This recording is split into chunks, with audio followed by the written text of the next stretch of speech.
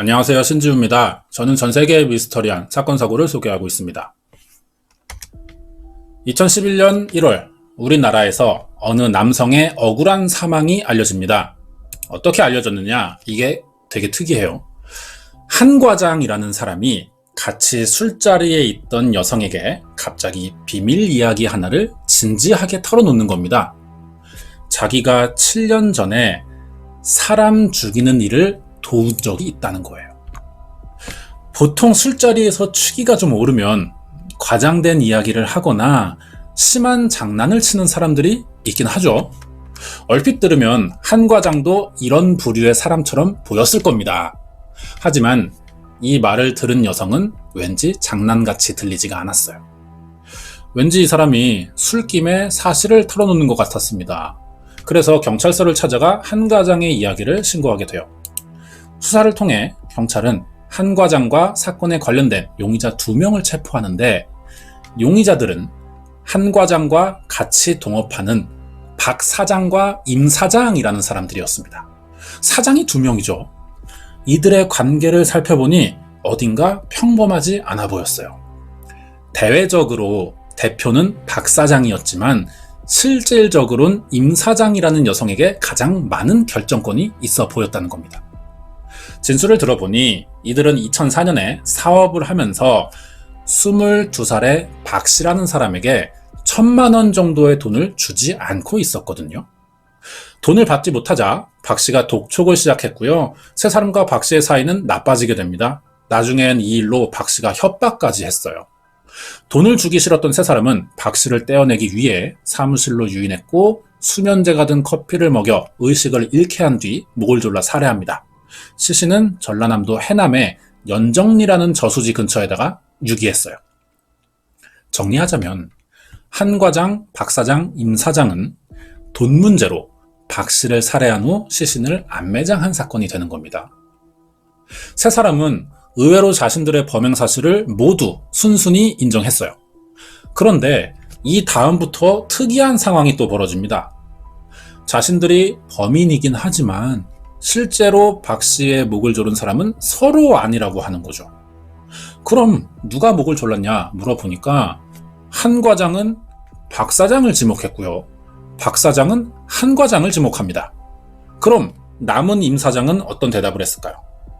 범행 순간 자기는 사무실에 없었고 시신 유기 현장에만 같이 있었다고 진술하는 겁니다. 블레임 게임이라 그래요. 분명 이중 범인이 있는데 서로가 서로를 지목하면서 자기는 죄가 없다고 하는 상황입니다.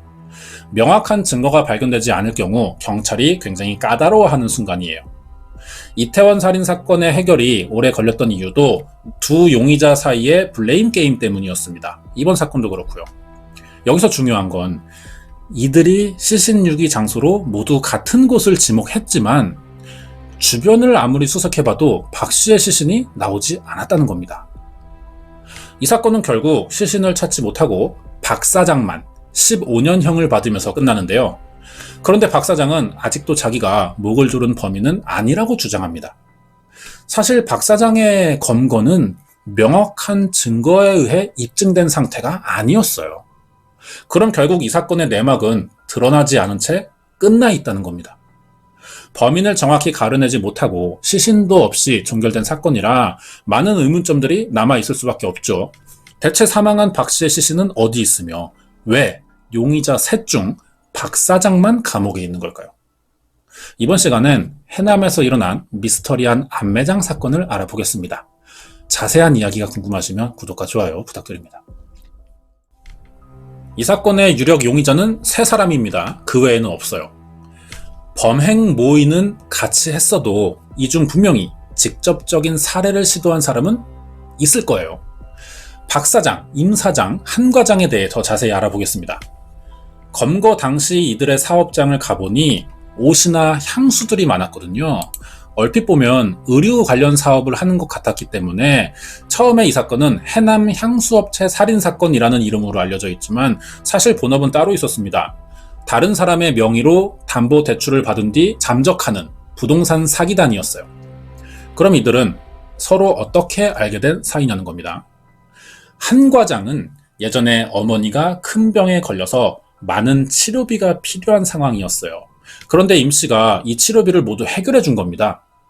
한 과장에겐 은인 같은 사람이라 이때부터 임 사장을 따르기 시작했고 빠르게 가까운 사이가 됐다고 합니다. 그럼 박 사장은 어떨까요? 이 사람은 결혼했어요. 가정이 있지만 임 사장과 불륜 관계에 있었습니다. 그러니까 이 부동산 사기 사업은 임 사장이 한 과장과 박 사장을 끌어들이면서 시작된 일이었던 거죠. 임 사장에게 사업 결정권이 가장 많았던 건 이런 이유 때문으로 보입니다. 세 사람의 진술로 공개된 7년 전 사건의 전말은 이래요. 죽은 박 씨는 이들의 또 다른 동업자였습니다. 맡은 일은요, 거주지가 없는 노숙자들에게 사업이나 취업을 시켜준다고 속이면서 명의를 받아오는 겁니다. 그럼 이 명의로 부동산 담보 대출을 받아요. 그래서 돈만 챙기고 도망치는 이런 사기 사업을 하던 거죠. 그런데 2004년 박 씨가 명의를 구해다 줬는데도 이들이 돈을 주지 않는 겁니다. 이 금액이 1,000만 원 정도 되고요. 박 씨는 자기 할 일 다 했으니 돈을 달라고 했지만 받지 못하자 결국 죽이겠다는 협박까지 했어요. 이 살해 협박은 실제 범행 의도를 드러냈다기보다는 감정이 격해져서 과격한 표현을 썼던 것으로 보이고요. 그래도 돈을 주기 싫었던 세 사람은 결국 박 씨를 처리하기로 결정합니다. 사무실에 불러요. 수면제 탄 커피를 먹였고 의식을 잃자 목을 졸라 살해한 거죠. 그리고 전라남도 해남의 어느 저수지 근처까지 끌고 가서 시신을 안매장한 겁니다. 진술을 들어보니까 꽤 구체적인 범행 계획이 있던 것으로 보이는데요. 나중에라도 시신이 발견될 경우에 신원을 알 수 없도록 지문을 모두 잘랐어요. 그리고 장마철이 되자 비에 땅이 파이면 시체가 드러날 수도 있으니 다시 현장을 찾아가서 염산을 붓습니다. 시신 훼손까지 했어요. 경찰은 피의자들이 지목한 안매장 장소에서 3개월간 6번의 발굴 작업을 벌입니다. 하지만 동물뼈 하나 찾은 게 전부예요. 시신이 나오지 않습니다.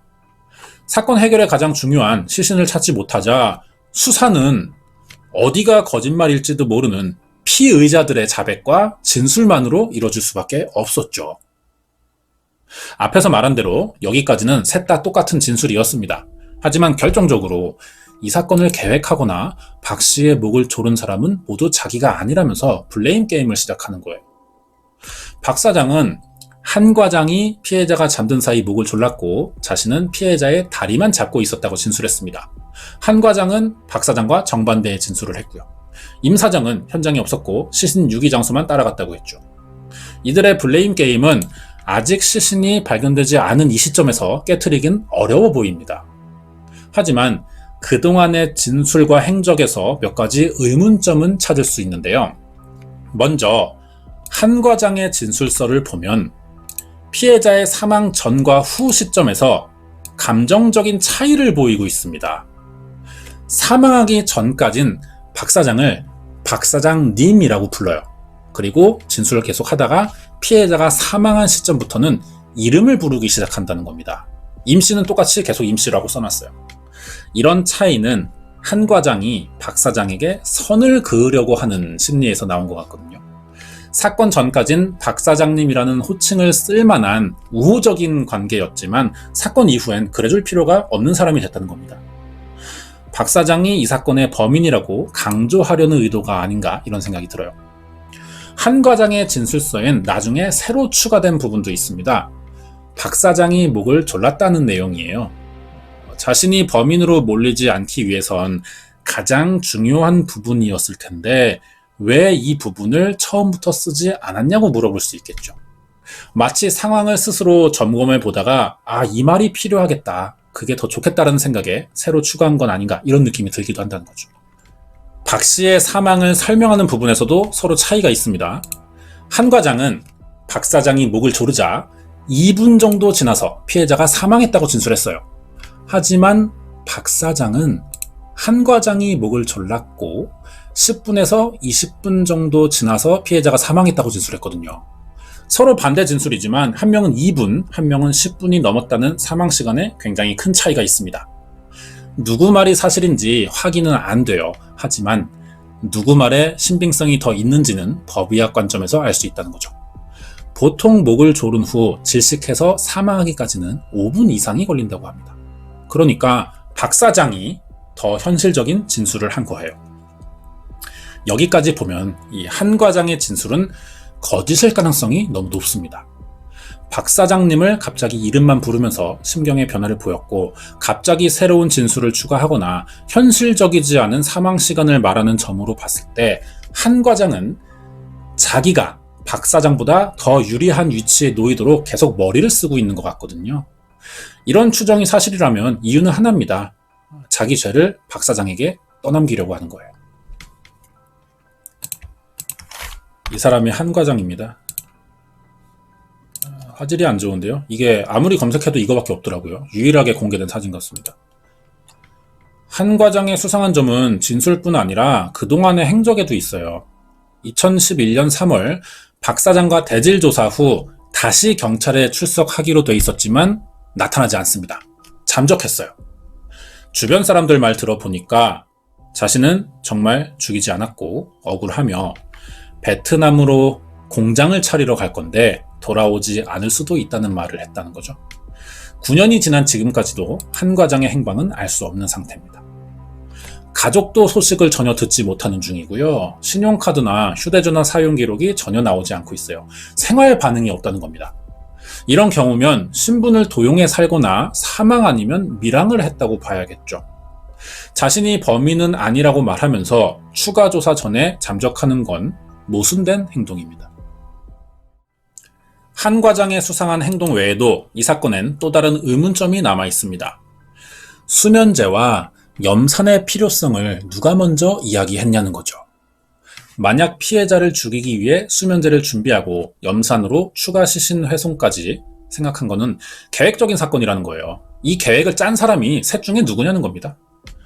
복역 중인 박 사장을 만나보니 돈 문제로 피해자 박 씨가 행패를 부리길래 이 사실을 알리려고 임 사장에게 전화한 적이 있었다고 합니다. 그러자 임 사장은 자기 책상 위에 수면제가 있으니 이걸 먹이고 진정시키라는 말을 했다는 거예요. 어디서 구했는지는 모르겠지만 임 사장 책상에 미리 준비되어 있었다고 합니다. 임 사장에게 이 사실을 물어봤어요. 그러자 자기 어머니가 우울증으로 신경안정제를 복용하고 있는데 거기 수면제 성분이 들어있었고 자신도 그때 마침 잠을 제대로 자지 못하자 어머니가 그 약을 사무실에 가져다 줬었다는 거예요. 확인해 보니 어머니가 약을 처방받은 사실은 있었습니다. 그런데 사무실에 가져다 줬는지까지는 알 수 없었고요. 박 사장은 임 사장의 어머니가 한 번도 사무실에 온 걸 본 적이 없었다고 합니다. 임 사장의 진술은 증명이 안 되고 있는 거죠. 대신 경찰은 임 사장의 지인이라고 밝힌 사람에게 염산에 대한 제보를 받게 됐어요.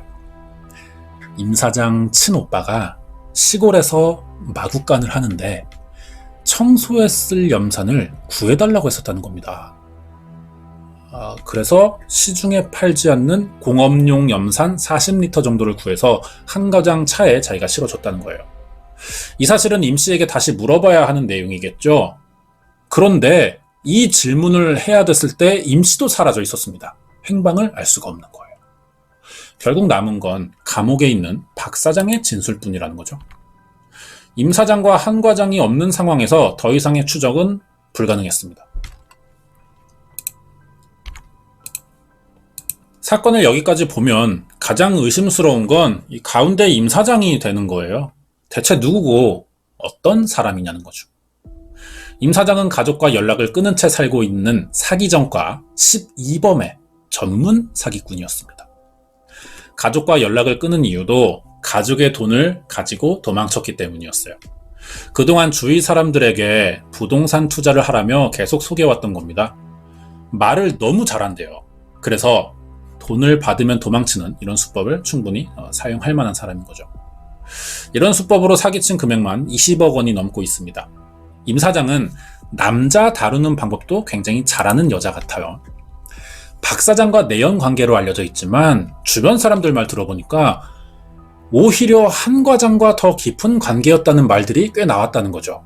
어디를 가도 한 과장은 항상 붙어 다녔고 이 사람이 돈을 받지도 않는데요, 일하면서. 그런데도 한 과장은 충성을 다했다고 사람들이 표현하고 있습니다. 한 과장 어머니의 치료비를 내준 것부터가 이 부동산 사기 계획의 일부였던 것 같아요. 그리고 이 사람은, 임 사장은 참 19대 대선에서 반기문 총장이 대권 주자로 떠오른 적이 있었습니다. 이때 자기 사무실에 반기문 총장 사진을 걸어놓고 자기가 한국 유엔 여성 총장이라면서 사람들을 속이고 다녔다는 거예요. 유엔에 이런 직함은 없습니다.